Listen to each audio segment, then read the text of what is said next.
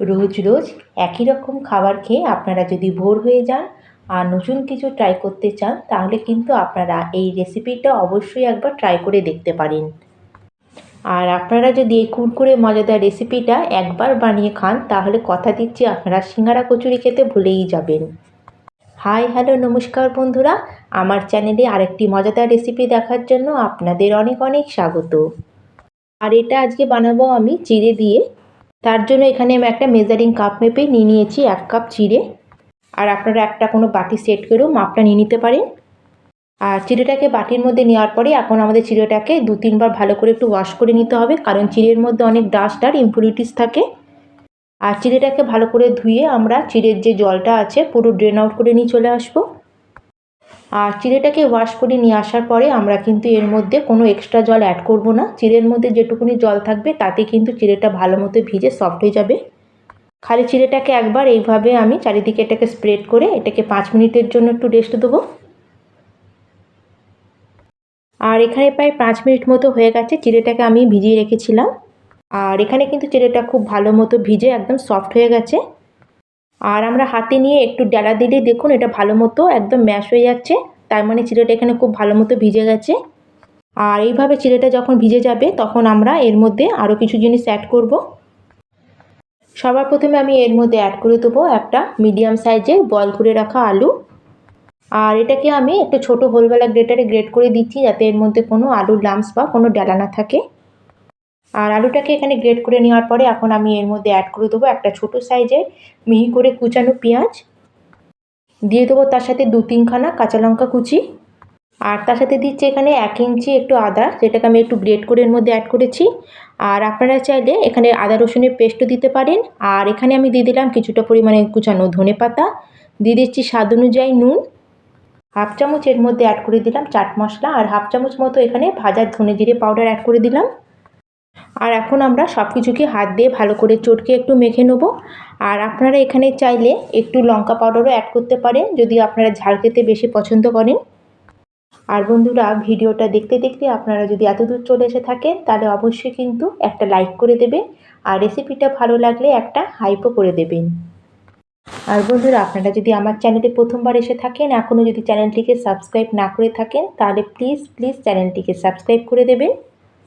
আর এখানে আমি সব কিছুকে খুব ভালো করে মিশিয়ে নিয়েছি। আর মিক্স করার সময় আপনাদের যদি মনে হয় যে এখানে একটু ড্রাই মতো লাগছে, তাহলে আপনারা 2-3 চামচ মতো জল অ্যাড করতে পারেন। আর এখানে সব কিছুকে আমি এইভাবে ভালো করে মেখে একটা স্মুথ ডো মতো করে নিয়েছি। আর এখন আমরা নাস্তাগুলো শেপ দিয়ে নেবো, তার জন্য আমাদের ডো থেকে অল্প পরিমাণে ডো আমরা হাতে নিয়েছি। আর এইভাবে ডোটাকে হাতের মাঝখানে রেখে আমরা একটু এটাকে চ্যাপ্টা মতো করে একটু গোল টাইপের শেপ দিয়ে নেবো। আর এখানে একটু আমি গোল চ্যাপ্টা মতোই শেপ করছি, আপনারা যে কোনো শেপ আপনাদের পছন্দ অনুযায়ী দিতে পারেন, এটাকে একটু ওভাল টাইপেরও করতে পারেন। আর এগুলো কিন্তু বানাতে কিন্তু খুব একটা বেশি সময় লাগে না, মাত্র 10 মিনিটের মধ্যে আমরা এই নাস্তাটা রেডি করে নিতে পারবো। আর এখানে আমি এরম করে বানালাম, আপনারা আপনাদের চয়েস অনুযায়ী এটা বানিয়ে নিতে পারবেন। সিঙ্গারা কচুরির চপ সাধারণত আমরা বিকালবেলায় খেয়েই থাকি, কিন্তু যদি আপনাদের কাছে সামান্য চিড়ে আর একটু সেদ্ধ আলু থাকে তাহলে কিন্তু খুবই সহজে আপনারা এই নাস্তাটা বিকালবেলা বানিয়ে নিতে পারবেন। ব্যাস, এইভাবে আমি সব নাস্তাগুলোকে একটা প্লেটের মধ্যে সাজিয়ে নিয়েছি। তাহলে এখন চলুন আমরা নেক্সট প্রিপারেশনে চলে যাব। আর আপনারা যদি এই নাস্তাগুলোকে ডাইরেক্ট তেলে ফ্রাই করেন তাহলে কিন্তু অনেকটা তেল সোক করে নেবে, খুব একটা মজাদার তৈরি হবে না। তাই এগুলোকে কোট করার জন্য এখানে আমি একটা ব্যাটার রেডি করে নেব। তার জন্য একটা বাটিতে আমি নিয়ে নিয়েছি 1/2 কাপ আটা, সামান্য 1 পিঞ্চ মতো একটু নুন অ্যাড করেছি, দিয়ে দিলাম এখানে সামান্য একটু কালো জিরে, আর তার সাথে দিয়ে দিচ্ছি সামান্য একটু সাদা জিরে। আর এবার এর মধ্যে দিচ্ছি হাফ চামচ মতো রেড চিলি ফ্লেক্স আর সামান্য একটু হলুদের গুঁড়ো, আর তার সাথে এর মধ্যে দিয়ে দিচ্ছি কিছুটা পরিমাণে কুচানো ধনেপাতা। প্রথমে আমাদের সব শুকনো উপকরণগুলোকে একবার চামচে করে আমরা মিশিয়ে নেব। আর এখন এর মধ্যে অল্প অল্প করে জল অ্যাড করে আমাদের একটা সুন্দর এখানে ব্যাটার রেডি করে নিতে হবে। তাই একসাথে জল অ্যাড করলে কিন্তু এটা ডেলা হয়ে যেতে পারে, তাই আমরা এখানে অল্প অল্প করে জল অ্যাড করবো, আর এটাকে আমরা মিক্স করে একটা সুন্দর মিডিয়াম ব্যাটার রেডি করে নেব।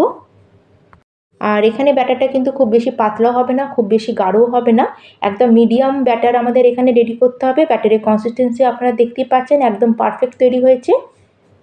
আর এখন আমরা একটা করে নাস্তা নেবো আর আমাদের ব্যাটারের মধ্যে এটাকে ডিপ করব, আর চামচে করে এটা ভালো করে আমরা কোট করে নেব, যাতে দুদিকটা খুব ভালো মতো কোট হয়ে যায়। আর এখন এদিকে এগুলোকে আমরা ফ্রাই করে নেবো। তার জন্য গ্যাসে কিন্তু আমি কিছুটা পরিমাণে তেল আগে থেকে গরম হতে বসিয়ে দিয়েছিলাম। আর এখানে তেলটাকে একটু মিডিয়াম গরম করতে হবে, খুব বেশি গরম করলেও হবে না, আবার তেলটা বেশি ঠান্ডা হলেও হবে না। আর এখানে যদি তেলটা ভালো মতো গরম না হয়ে একদমই ঠান্ডা মতো থাকে তাহলে কিন্তু নাস্তাগুলো খুবই তেল অ্যাবজর্ব করে নেবে। আর এইভাবে আমরা এক এক করে নাস্তাগুলোকে ব্যাটারের মধ্যে কোট করব আর এইগুলোকে আমরা তেলের মধ্যে দিতে থাকবো। একবারে যতগুলো নাস্তা ধরবে ততগুলি আপনারা কড়ার মধ্যে অ্যাড করবেন। আর প্রথমে এগুলো কিন্তু কোনোরকম আমরা টাচ করবো না, 1 থেকে 1.5 মিনিট আগে এগুলোকে আমরা একদিকে একটু হতে দেবো। আর আপনাদের যখন মনে হবে যে এক সাইডটা একটু ভালো মতো ফ্রাই হয়ে একটু কালার চেঞ্জ হয়ে গেছে তখন এগুলোকে আমরা এক এক করে উল্টে দেবো। আর গ্যাসের ফ্লেমটাকে কিন্তু এই সময় আমাদের লো টু মিডিয়ামেই রাখতে হবে।